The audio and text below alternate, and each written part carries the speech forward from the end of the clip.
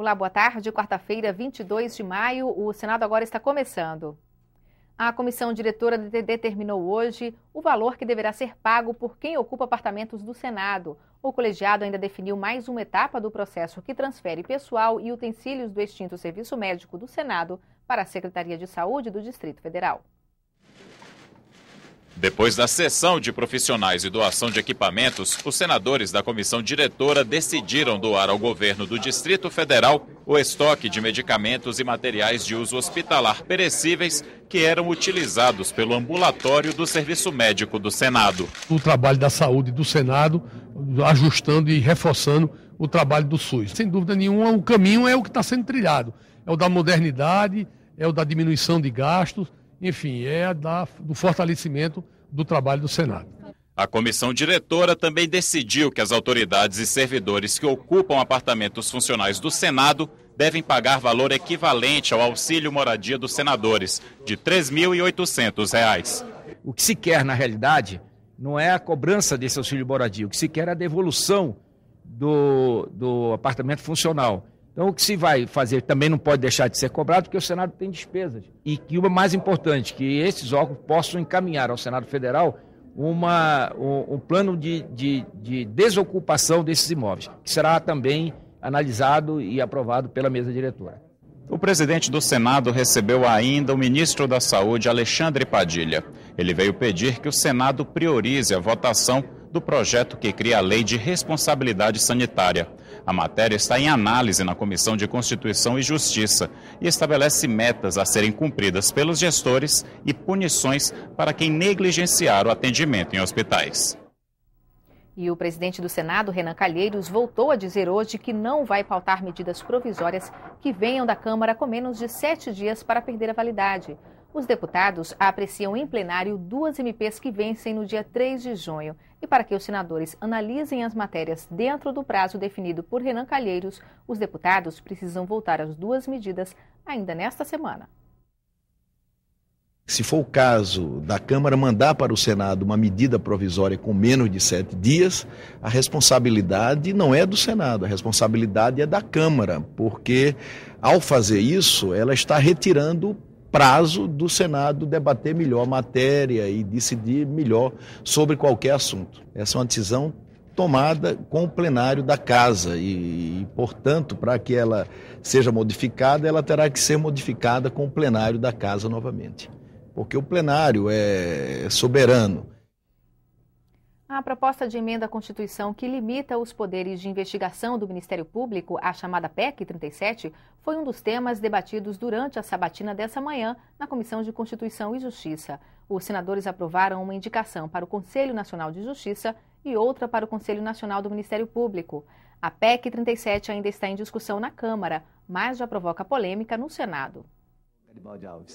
Os senadores da Comissão de Constituição e Justiça questionaram a atuação dos promotores nas investigações criminais. Qual é a responsabilização e se os senhores são favoráveis a algum tipo de responsabilização daqueles que cometem abusos, daqueles que pegam uma figura política, um governador, um senador, um deputado estadual, federal, um vereador, um prefeito, coloquem ele na parede e fazem tiro ao alvo da fotografia dele e da história dele. O PEC 37 vem sim para cercear os poderes de investigação do Ministério Público. Não adianta tampar o sol com a peneira.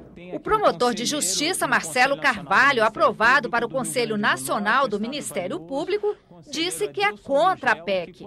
Não é bom para nenhuma instituição, inclusive ao Ministério Público, que não haja possibilidade de controle por parte de outra. Então, a exclusividade da investigação por parte da polícia, acho que é muito ruim à sociedade.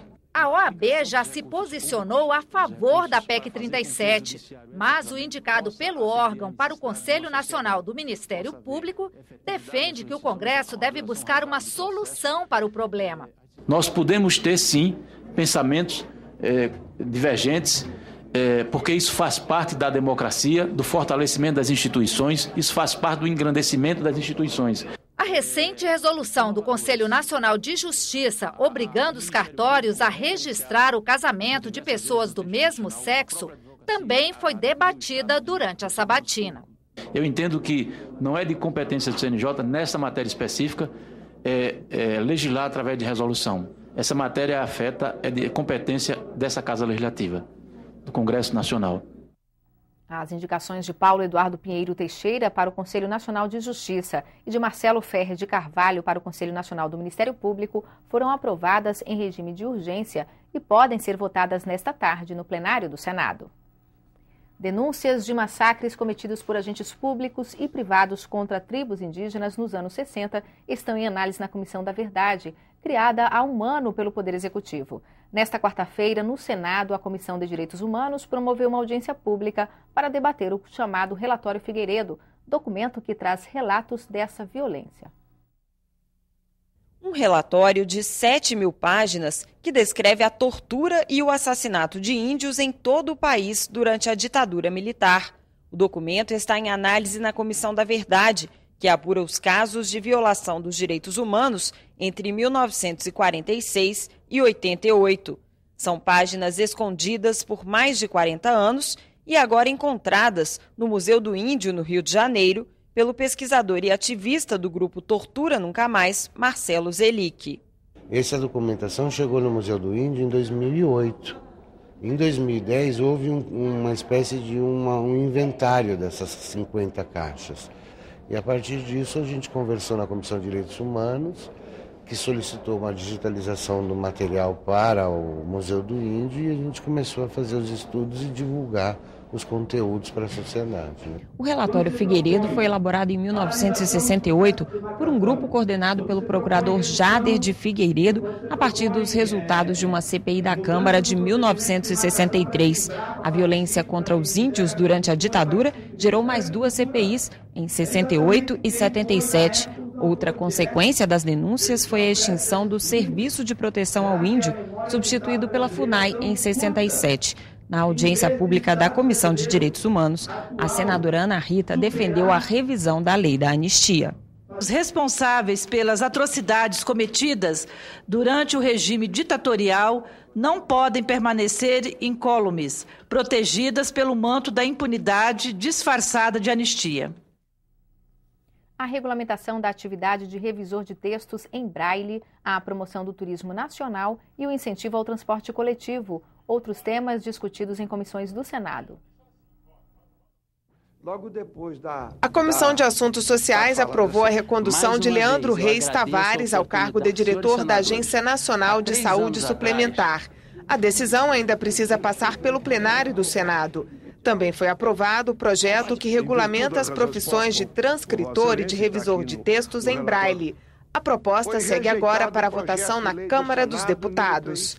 É tão grave essa questão que hoje mesmo nos jornais, você vai estar estampado, que 3 cegos foram proibidos de entrar no avião, porque alegaram que só podia ter um por motivo de segurança nacional. Mais do que nunca esse projeto vem atender a essa grande vontade desses brasileiros e brasileiras de ter acesso permanente de uma leitura em braille de qualidade. Por isso, a questão do revisor é fundamental.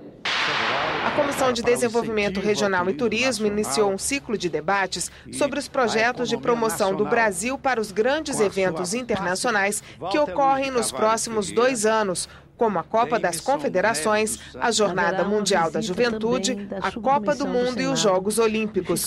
O presidente da Embratur quer combater as práticas que prejudicam o aumento do turismo nacional, como a falta de concorrência na aviação e as altas tarifas cobradas pelos hotéis. Eu nunca encontrei nenhuma razão científica, concreta e objetiva para muitas das tarifas hoteleiras que são cobradas no Brasil. E isso é um erro, isso é um equívoco. Isso significa, em nome do imediato, renunciar ao futuro. Em nome de ganhos táticos, renunciar a ganhos estratégicos. E isso compromete a imagem do destino turístico Brasil de modo duradouro. A Comissão de Infraestrutura aprovou 2 projetos de lei relacionados aos transportes coletivos. O primeiro cria o Regime Especial de Tributação, RETRANSP, destinado a incentivar a ampliação e modernização do transporte de passageiros, tanto rodoviário quanto ferroviário. O outro projeto estabelece condições de circulação e a obrigatoriedade de saída de emergência nos veículos de transporte coletivo. A proposta também define como infração trafegar nas vias exclusivas de circulação de ônibus e pune com mais rigor os veículos que estacionam em paradas de ônibus. As pessoas que não têm condições de comprar um carro, não têm condições de comprar uma motocicleta, que moram longe do trabalho, precisam utilizar o transporte público de passageiros, o transporte de massa. Portanto, esse transporte tem que ser de boa qualidade. E para ser de boa qualidade, não basta comprar ônibus novos ou trens novos. Nós temos que ter acessibilidade, rapidez no trânsito. E nós vamos ter isso com uma legislação específica para atender não o ônibus, mas as pessoas que estão dentro dos veículos de transporte de massa. O Senado agora termina aqui.